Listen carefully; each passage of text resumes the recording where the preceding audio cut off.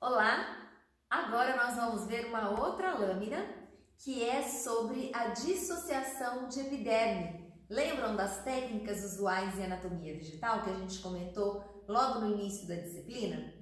Nós temos aqui uma técnica de dissociação de epiderme que é da espécie Comelina sp, e nesta lâmina a gente vai visualizar a epiderme em vista frontal, porque a técnica de dissociação de epiderme, como o próprio nome diz, a gente vai dissociar a epiderme. Existem vários protocolos, um deles é utilizando a solução de Jeffrey, que é ácido crômico e nítrico, de tal forma que degrade, todo o conteúdo do mesofilo e a gente só consiga ter a epiderme, certo? Que é o nosso objeto de estudo.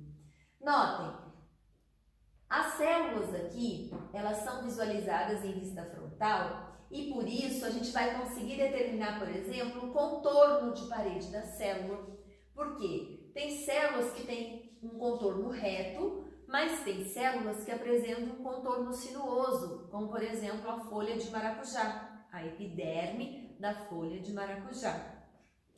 E também, nesta técnica, a gente consegue visualizar os estômatos em vista frontal e com isso a gente pode inclusive fazer toda a classificação desses estômatos. Notem, por exemplo, vou aumentar aqui para facilitar, para vocês visualizarem. Vejam que lâmina linda, maravilhosa. O que a gente consegue perceber? A gente consegue verificar os estômatos e, através desta técnica, fazer toda a classificação desse estômato. Neste caso, a gente tem aqui, as células guarda. Então, aqui é uma célula guarda, aqui é outra célula guarda, mas nós encontramos duas células subsidiárias paralelas ao maior eixo do estômato e duas células subsidiárias perpendiculares ao maior eixo do estômato. Ou seja, nesta lâmina, nesta folha, a gente encontra um estômato tetracítico, porque são 4 células subsidiárias associadas ao estômato. Ah, mas eu posso encontrar, por exemplo, uma folha que tem aqui o estômago e apenas 2 células subsidiárias. Só que aí, como que elas estão dispostas? Paralelas ou perpendiculares? Porque isso vai ter classificação diferente. Sendo assim, a gente percebe que para fazer todas essas análises, a gente depende de observar uma folha em vista frontal, de observar a epiderme da folha em vista frontal. E isso tem importância taxonômica.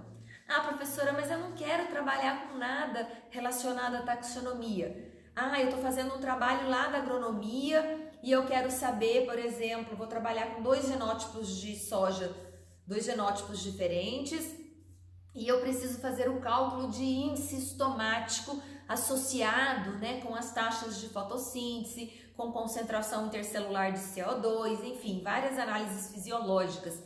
Como que eu vou determinar o índice estomático?